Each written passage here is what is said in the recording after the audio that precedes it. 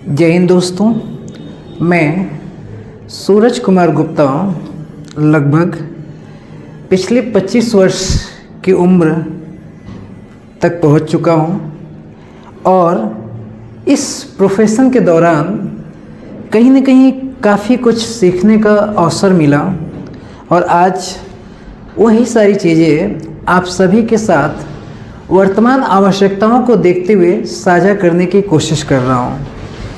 एक बहुत ही महत्वपूर्ण कथन है महान दार्शनिक रूसो का। उन्होंने कहा था कि इंसान स्वतंत्र पैदा होता है लेकिन चारों ओर बंधनों से बंधा रहता है। अगर इसकी गहराई तक जानने की कोशिश की जाए तो आपको स्पष्ट होगा कि आखिर वह कहना क्या चाहते हैं। कभी आप विचार कीजिए कि जब एक बच्चा जन्म लेता है और जैसे वो पैदा होता है, वास्तविकता तो यह होती है कि उसे यह भी नहीं पता होता कि वह लड़का है या लड़की है। लेकिन जैसे ही वह धीरे धीरे करके इस समाज की कंडीशनिंग से होकर गुजरता है तो जन्म लेते ही उसे सबसे पहले इस बात का एहसास दिलाने का प्रयास करना शुरू हो जाता है कि वह किस जाति का है, किस धर्म का है, किस परिवार का है, किस खानदान का है। और कहीं ना कहीं ऐसे करते करते करते करते एक वक्त के बाद जो उसकी स्वतंत्रता होती है वह उसकी सामाजिक बंधनों से कहीं ना कहीं ढक जाती है। इसी तरीके से जब हमने पढ़ाई का प्रवेश शुरू किया, LKG से पढ़ाई की शुरुआत होती है, UKG 1, 2, 3, 4, लगभग कह सकते हैं कि इंटर तक की पढ़ाई, उसके बाद ग्रेजुएशन, पोस्ट ग्रेजुएशन, ऐसा न जाने कितने लोगों ने किया है और हमने भी किया है।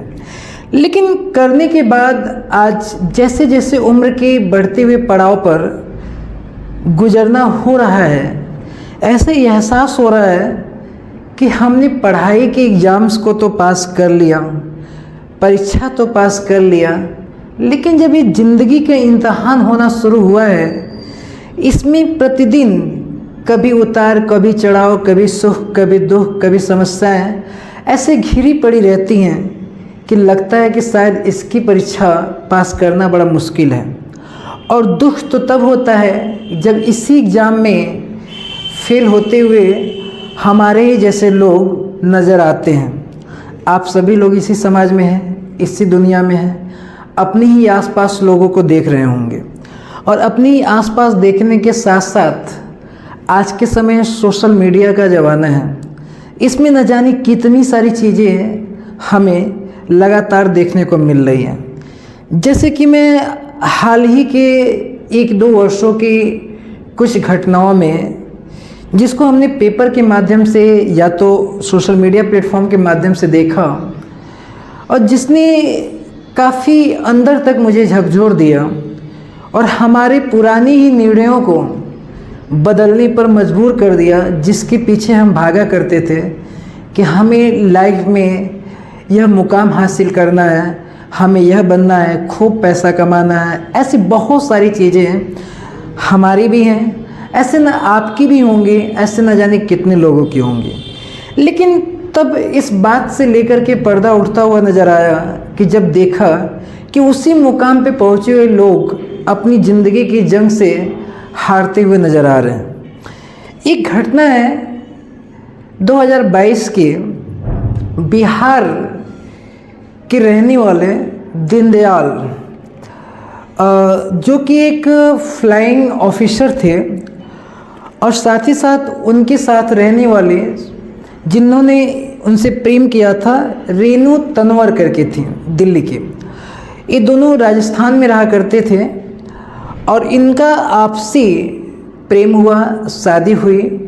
लेकिन मैं इस बात की तरफ आपके माइंडसेट को ले जाना चाहता हूँ कि फ्लाइंग ऑफिसर छोटा मोटा पोस्ट नहीं होता है, बहुत बड़ा पोस्ट होता है।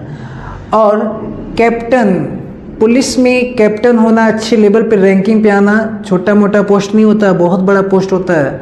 और इस पोस्ट पे बैठते हुए व्यक्ति ने अपनी पारिवारिक समस्याओं से तंग आकर के सुसाइड कर लिया। किसने? दीनदयाल जी ने।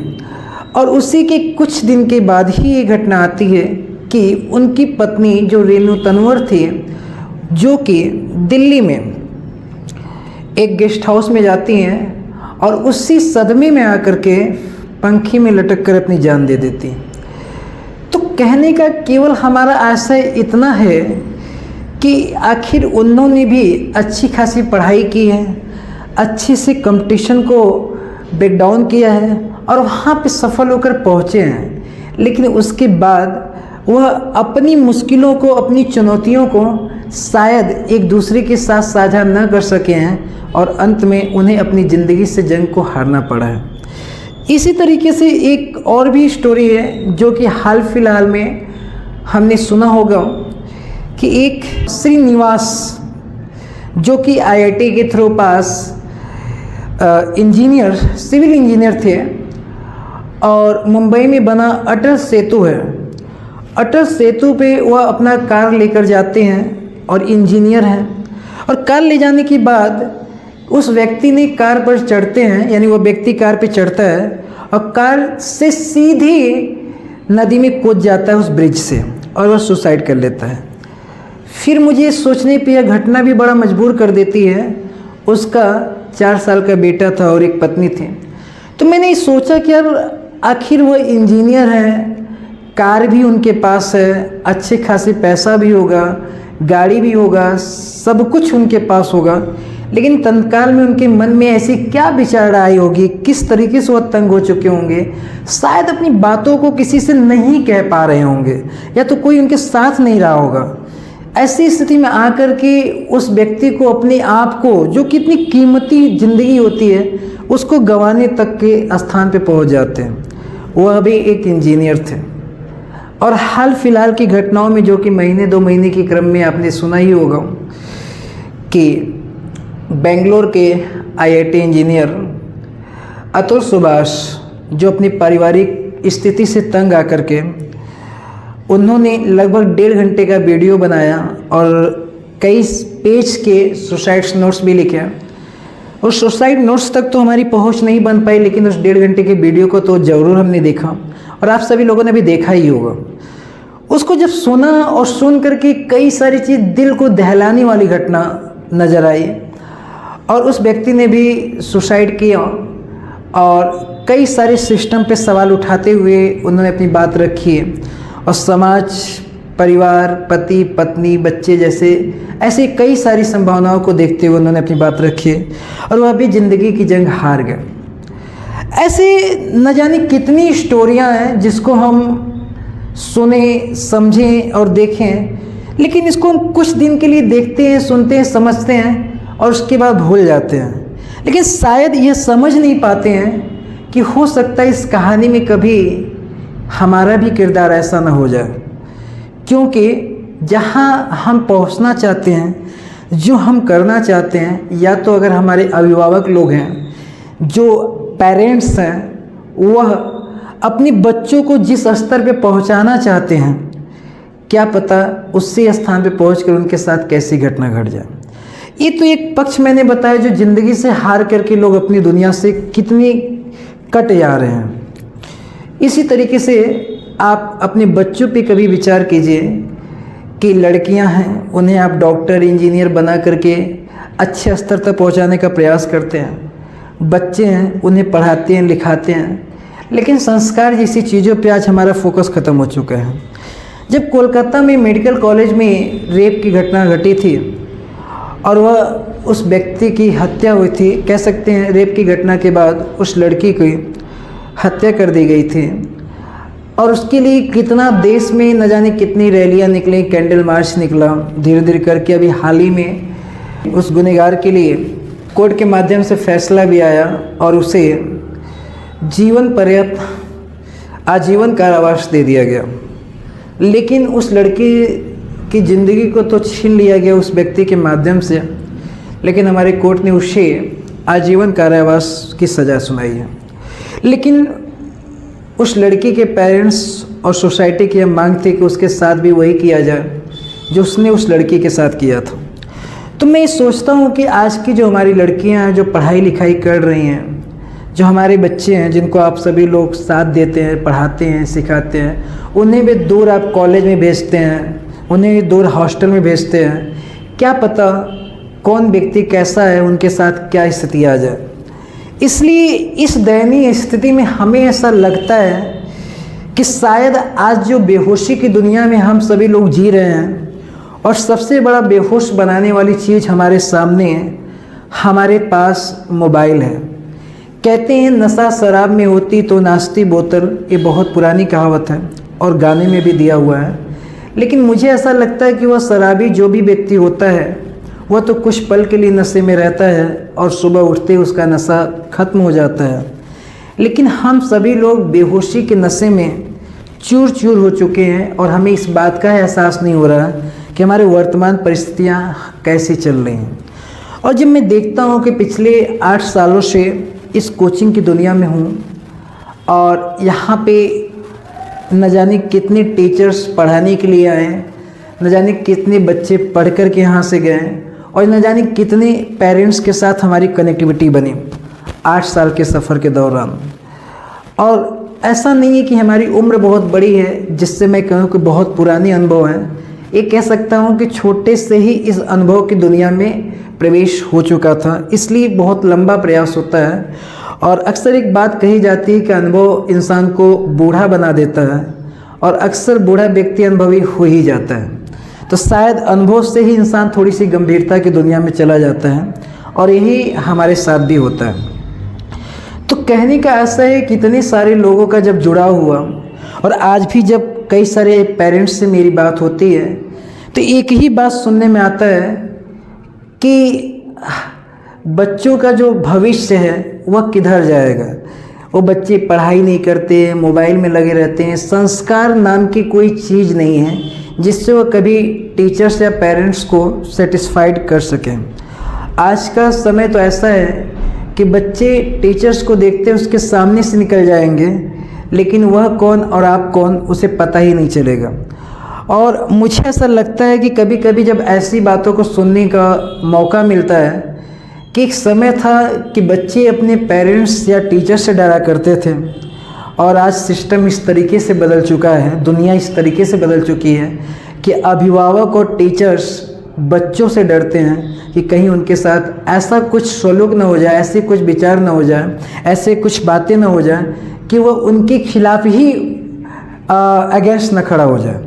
और ऐसा हो रहा है, ऐसा देखने को मिल रहा है। और स्कूल कॉलेज पहले तो एक शिक्षा की दृष्टि से आगे बढ़ाए जा रहे थे, लेकिन शायद आज के समय में व्यापार का भी एक बहुत बड़ा माध्यम बन चुका है। और स्कूलों में पढ़ाए जाने वाले जो बच्चे हैं, जो टीचर्स स्कूल में पढ़ा रहे हैं, वह स्कूल में तो पढ़ा ही रहे हैं, अच्छी खासी रकम वसूल ही रहे हैं। उसके बाद आप देखेंगे कि वही स्कूल के टीचर्स अपनी अपनी कोचिंग्स, अपने अपने इंस्टीट्यूशंस इतनी सारी खोल रखे हुए हैं कि वहाँ भी टॉर्चर, यहाँ भी टॉर्चर, घर पे भी टॉर्चर, ट्यूशन भी टॉर्चर। ऐसे न जाने कितनी सारी परिस्थितियाँ हैं कि हमें लगता है कि बच्चों का जीवन भी एक तरीके का प्रेशर की तरह बन चुका है। और इसका एक सटीक उदाहरण और भी मुझे याद आ रहा है कि लखनऊ की घटना है कि एक बच्चे से उसकी माँ ने मोबाइल चलाने से मना किया और मोबाइल उसने छीन लिया। तो ऐसी स्थिति आई कि उस बच्चे ने शायद किसी इंस्ट्रूमेंट के माध्यम से, वो इंस्ट्रूमेंट मुझे नहीं याद आ रहा है, लेकिन ये घटना शायद आपको इसी स्क्रीनशॉट के माध्यम से वीडियो में दिख जाएगी। तो उसे पीट पीट के अपनी माँ को ही मार डाला। अब आप विचार करिए कि एक बच्चे से उसकी माँ से भी ज़्यादा महत्वपूर्ण वो मोबाइल हो चुकी है। क्यों? क्योंकि इसके जो डोपामाइन माइंड में रिलीज होते हैं ना, वो इतना ज़्यादा एक्टिव कर देता है शॉर्ट वीडियोज, बाकी जो कंटेंट्स हैं, कि आज के समय में इंसान सबसे ज़्यादा महत्वपूर्ण वही मान लेता है। तो मैं इतनी सारी समस्याओं को इसलिए उठा रहा हूँ आपके सामने कि मैं नहीं कहता कि आप इसे मानें और मेरी बात को ही सर्वोपरि रखें। मैं चाहता हूँ कि आप अपने अगल बगल समाज की स्थितियों को देखें और समझें और खुद विचार करें कि क्या सच में हम सही दिशा में जा रहे हैं। और आप इमेजिन करें कि जब एक बीज ही सही से नहीं लगेगा तो कैसे आप उम्मीद करते हैं कि अच्छे पेड़ और अच्छे फल की संभावना होगी। और अगर शायद विचार कीजिए कि अगर हमारा देश लगभग 300 वर्षों तक गुलाम रहा अंग्रेज़ों का, उससे पहले हज़ारों वर्षों तक गुलाम रहा विदेशियों का, अगर उस समय रहने वाले व्यक्ति इस विचार को नहीं सोचे होते कि हमें एक आज़ाद देश, आज़ाद भारत में रहना चाहिए, उन्हें नहीं सोचे होते कि हमें इन विदेशियों को भगाना है, और उन्होंने एक क्रांतिकारी आंदोलन की शुरुआत नहीं किए होते, गांधी, सुभाष जैसे अनेक क्रांतिकारी वीर नहीं निकले होते, तो क्या आज हम आज़ाद भारत में रह पाते? जैसे वो 300 साल तक लोगों ने रहा, हज़ारों वर्षों तक लोगों ने रहा, वैसे हो सकता है हम भी आज एक परतंत्र भारत में ही रह रहे होते।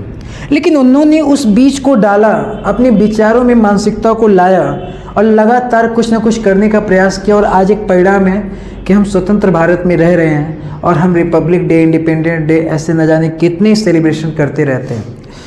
तो मैं चाहता हूँ कि आज के समय में भी कुछ ऐसे कदम उठाए जाने चाहिए, ख़ास तौर पे शिक्षा को लेकर के, ख़ास तौर पे बच्चों के संस्कार को लेकर के, ख़ास तौर पे मोबाइल को लेकर के, ख़ास तौर पे मोबाइल में मिलने वाले कंटेंट को लेकर के, जिससे कि आने वाली जो पीढ़ी है वह सभ्य, मानसिक तौर पे मजबूत बन सके।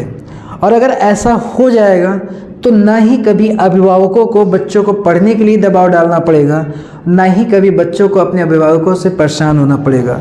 क्योंकि आज का जो चित्त, आज का जो मन है, इस तरीके से कंपित मन की तरह है कि बच्चों को स्पष्ट ही नहीं है को क्या पढ़ रहे हैं और क्या याद कर रहे हैं, क्या भूल जा रहे हैं। 3 घंटे हम बैठ करके किसी तरह पढ़ाई करके याद तो कर लेते हैं, लेकिन 3 मिनट 10 मिनट मोबाइल चला के सारी चीज़ों को फिर से वहीं के वहीं पहुंच जाते हैं। तो कहने का केवल आशय यही है कि आज की दुनिया, आज का समाज ऐसा हो जाता है और ऐसे ऐसे हमारी परिस्थितियाँ आ जाती हैं कि हमारे फेसबुक, व्हाट्सएप, ट्विटर पे हज़ारों दोस्त हैं, लेकिन हमारे जीवन में कोई भी एक व्यक्ति नहीं है जिससे हम अपनी बातों को शेयर कर सकें।